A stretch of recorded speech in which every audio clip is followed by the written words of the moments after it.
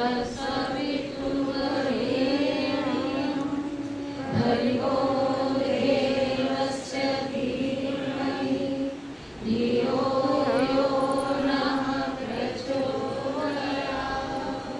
ॐ त्र्यम्बकं यजामहे सुगन्धिं पुष्टिवर्धनम् उर्वारुकमिव वन्दनात् मृत्योर्मोक्ष्यमामृतात्। ॐ सहना भवतु सहनो भुनक्तु सवीर्यं करवावहै तेजस्विनावधीतमस्तु मा विद्विषावहै। ॐ असतो मा सद्गमय तमसो मा ज्योतिर्गमय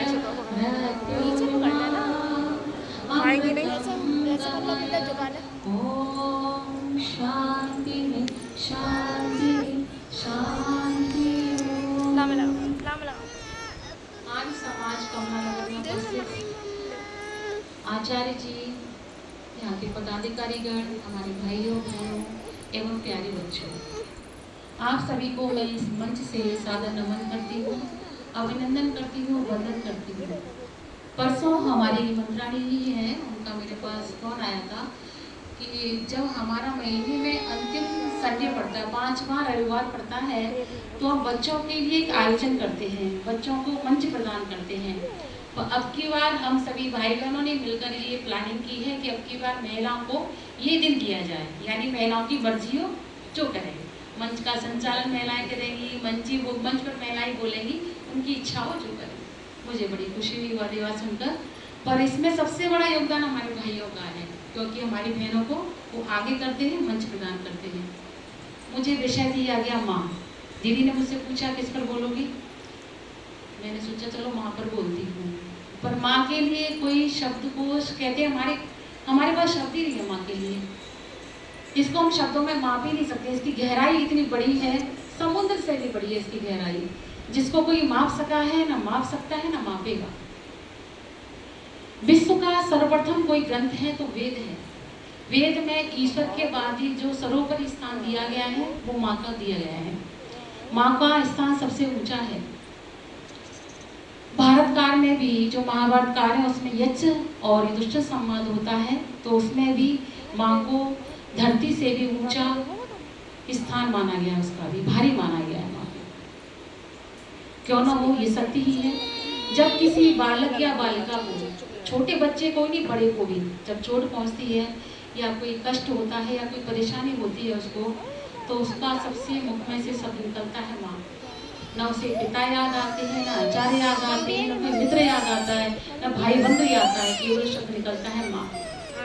जिस भी मातृभाषा में बोले, चाहे वो माँ बोले, चाहे माँ बोले या दीदी बोले, चाची बोले, कुछ भी बोले, पर निकलेगा माँ ही। माँ को याद करता है वो। इसी पर मुझे एक वृत्तांत याद आता है पुराना, 16वीं सदी का वृत्तांत है ये। राजा कृष्णदेव राय का, शायद आपने सुना भी हो उनका नाम सभी ने। राजा कृष्णदेव महाराज हुए, उनके राज्य में तेनालीराम बहुत अच्छे विद्वान हुए हैं। उनके पास एक विद्वान आए हुए थे, तो बोले राजा साहब, मैंने सुन रखा है कि आपके राज्य में तो एक से एक बड़े विद्वान हैं और बड़ी बड़ी समस्याओं का निदान चुटकियों में कर देते हैं। बोले हाँ, ऐसे हैं हमारे यहाँ विद्वान। तो बोले अच्छा, मेरी मातृभाषा का पता लगाओ। तो ऐसा बोलकर उन्होंने धारा प्रवाह बोलना शुरू कर दिया। जितनी भी अनगिनत भाषाएं होती हैं, आप सभी को मालूम है कि भारत देश विविधताओं का देश है, जहाँ की अनेकानेक भाषाओं का प्रयोग किया जाता है। तो उन्होंने अनेक भाषाओं में धारा प्रवाह बोलना शुरू कर दिया। चाहे हिंदी बोलें, चाहे मराठी बोलें, चाहे गुजराती बोलें, बंगाली बोलें, तमिल बोलें, तेलुगु बोलें, कोई भी भाषा बोले, संस्कृत बोलें, सब पर उनकी अच्छी पकड़ थी। बोलना शुरू कर दिया। अब कोई पकड़ ही नहीं पाया उनकी भाषा को, लगे कि जो भाषा बोल रहे वो इनकी मातृभाषा है। अब अंत में राजा कृष्णदेव राय ने तेनालीराम जी से कहा कि तेनालीराम जी, आप बताओ क्या किया जाए, विद्वान को तो पता ही नहीं चलना इनकी मातृभाषा क्या है। तो तेनालीराम जी बोले कि राजा जी, मुझे 2 दिन का समय दीजिए, मैं पता लगाता हूँ। तो वो तेनालीराम जी थे, उनके पास ठहरे, रुके उनके पास। तो उन्होंने चरण स्पर्श करते हुए उनके जो विद्वान थे उनके कोई औजार छोटा मोटा उसे प्रहार कर दिया पैर पर। प्रहार किया तो उनकी मातृभाषा तेलुगु भाषा उन्होंने माँ को पुकारा, तो उन्हें उत्तर मिल गया तेनालीराम जी को। दूसरे दिन दरबार लगा तो बोले कि राजा जी मुझे उत्तर मिल गया। कि क्या मिला? कि इनकी जो मातृभाषा तेलुगु है। कि तुमने कैसे पता लगाया? कि ये हकीकत है राजा साहब कि जब किसी को कष्ट पहुंचता है उसके मुख से उसकी मातृभाषा में ही माँ शब्द निकलता है, तो माँ तो सबसे बड़ी है।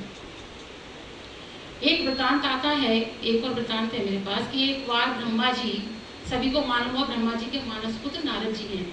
ब्रह्मा जी कोई रचना कर रहे थे, ब्रह्मा जी रचना करते रहते हैं, तो उनके पास नारद जी है, उनके मानस पुत्र बोले कि पिताजी आप क्या रचना कर रहे हो? बोले मैं माँ की रचना कर रहा हूँ, माँ बना रहा हूँ। कि माँ कैसे बनती है, माँ कैसी होती है पिताजी?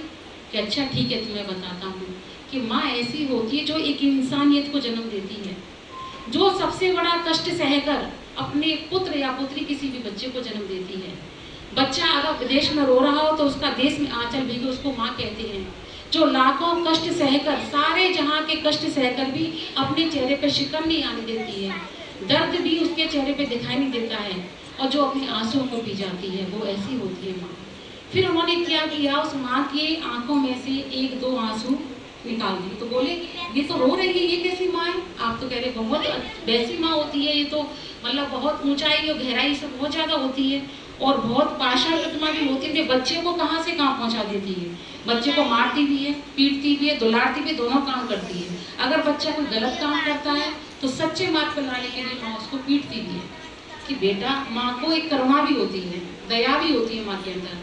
अगर कोई दुख या पीड़ा देखती है, किसी दूसरे को देखती है, तो उसकी आंखों में से आंसू भी निकलते हैं, कोमल हृदय भी होती है।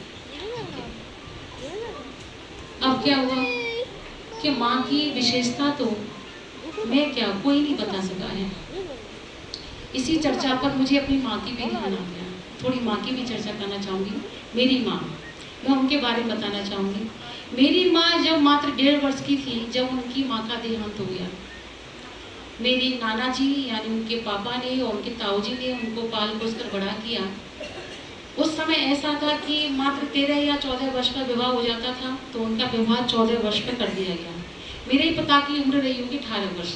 दोनों का विवाह हुआ, एक परिवार में आई, भरा पूरा परिवार था। 4 मेरी बुआई जी थी, चाचा जी, ताऊ जी, पापा जी, और भी परिवार में थे सभी सदस्य। उनके साथ निर्वहन करते हुए, सारा कार्यभार संभालते उन्होंने पूरे परिवार को चलाया। दादाजी का देहांत हो गया, पिता के साथ कंधे से कंधा मिलाकर सभी का विवाह भी किया। और पहले ज़माने में ऐसा होता था कि बच्चे 8-10 हो गए तो कुछ बच्चे ख़त्म हो जाते, कुछ बच्चे रह जाते। मेरी माँ के साथ भी ऐसा हुआ। वो पढ़ी लिखी नहीं थी, थोड़ा बहुत पढ़ी होंगी, 1 आध क्लास पढ़ी होंगी, और उन्हें ज्ञान सब कुछ था, मौखिक ज्ञान पूरा था, हिसाब किताब पूरा लगा लेती। हमें रामायण है, गीता, हमारे घर में रामायण गीता ये सब, आर्य समाज से कोई नहीं मेरे परिवार में, मैं ही जुड़ गई यहाँ पर आकर। तो हमारे यहाँ गीता, रामायण, भागवती की सबकी चर्चा चलती और उन ग्रंथों को हम पढ़ते भी थे। हम छोटे छोटे थे तो हमारे माँ पिताजी सभी कहते कि बेटा इनको पढ़ो और हमें सुनाओ। तो उनसे ही हम सब कुछ सीखे, भजन गाना, बोलना, चालना, सब व्यवहारिक ज्ञान हमें माता से, अपनी माँ से मिला। पहले जमाने में क्या रसोई में काम करने मिला, सारे काम अपने आप करती थी, गाय में सभी कुछ रहता था अपने घर में, सारे काम अपने आप करने। तो किचन में काम करते हुए बच्चे को ओलम बना देती, चक्की चलाते हुए बच्चों को सारे गिनतियाँ सब करना, सब कुछ बच्चों को आ जाता था। तो ऐसी होती थी माँ।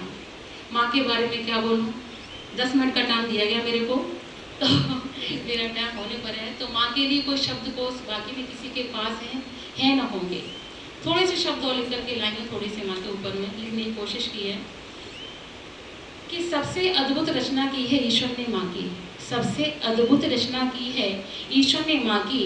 तो वो माँ कैसी होती है, तो वो माँ कैसी होती है। कड़कती ठंड में सुबह की धूप होती है माँ, कड़कती ठंड में सुबह की धूप होती है माँ। वो होती है उदासी की हर मर्ज की दवा की तरह, वो होती है उदासी की हर मर्ज की दवा की तरह, या ओस में शीतल हवा की तरह, या ओस में शीतल हवा की तरह। वो रसोई में, वो किचन में महकती खुशबू है, वो रसोई में महकती खुशबू है, और आंगन में फैला उजाला है, और आंगन में फैला उजाला है। वो मेरे गुस्से पे लगा ताला है, वो मेरे गुस्से पे लगा ताला है। वो पहाड़ की चोटी पर सूरज की किरण है, वो पहाड़ की चोटी पर सूरज की किरण है, या जिंदगी सही जीने का आचरण है। या जिंदगी सही जीने का आचरण है वो ताकत, है वो ताकत जो छोटे से घर को महल बना दे, है वो ताकत जो छोटे से घर को महल बना दे, है वो हिम्मत जो सारे जहां को हमारे पास ला दे, हमारे पास खुशियां ला दे। क्या लिखूं समझ में नहीं आता। वो अक्षर है जो ना हो तो वर्णमाला अधूरी है वो अक्षर माँ जिसके बिना वर्णमाला अधूरी है। वो जो सबसे ज़्यादा ज़रूरी है, वो जो सबसे ज़्यादा ज़रूरी है।